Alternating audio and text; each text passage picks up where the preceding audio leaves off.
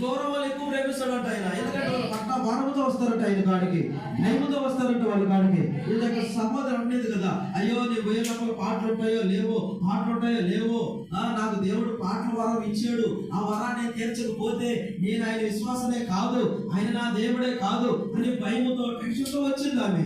ఆ భయంతో టెన్షన్తో వచ్చింది కాబట్టి దేవుడు 2 కీర్తనలు ఇచ్చాడు ఆమెకి.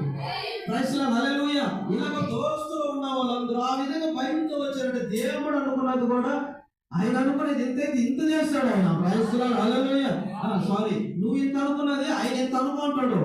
రా బిడ్డ, నువ్వు అనుకున్నది ఎంతే, నేను నీకు ఎంత ఎత్తి పెట్టినాను రా అంటాడు ఆయన. అందుకే పెద్దది ఇస్తాడు ఆయన. ఈరోజు ఆదివారం పొగలు ఇక్కడికి వచ్చావు, మళ్ళీ ఈ వారంలో ఎవరో ఒకరు మాస్టర్ గారు మా ఇంట్లో ప్రార్థన ఉన్నదండి రాండి ఏంటండి అని అంటారు. పొగలు అక్కడికి కూడా నువ్వు రావాలి.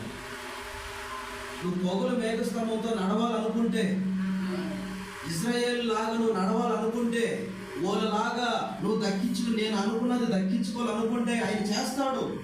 ఆయన నువ్వు వెంబడించాలి. ఆయన డైలీగా రాదు, మళ్ళీ ఆయన రోజు రాడైనా అర్థవుతుంది కదా. సూర్యుడిలాగా చంద్రుడిలాగా రోజు రాడైనా. ఆయన ఏ టైంలో వస్తాడో నీకు తెలియదు. చెప్పాడు ఆయన, నేను గంగా వలే వస్తానన్నాడు ఆయన.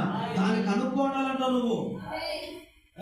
సడన్ గా ఎవరొకరు పాస్టర్ గారు మా ఇంట్లో ప్రార్థన పెట్టాను చేస్తారు పొగలు. అప్పుడు ఆయన ఏం చేస్తాడు, ప్రకటన చేస్తాడు అందరికి, ఏమా రేపు వాళ్ళ కుటుంబంలో చిన్న ప్రార్థన అంటారు, అందరూ రాండి వాళ్ళు కోరుకుంటారని సేవకుడు ప్రకటన చేస్తాడు.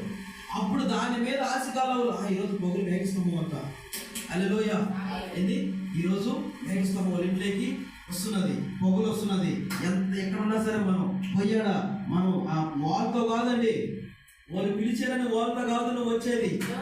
దేవుడి రోజు వస్తున్నాడు అక్కడికి. హల్లెలూయా. మనం పోయి అక్కడ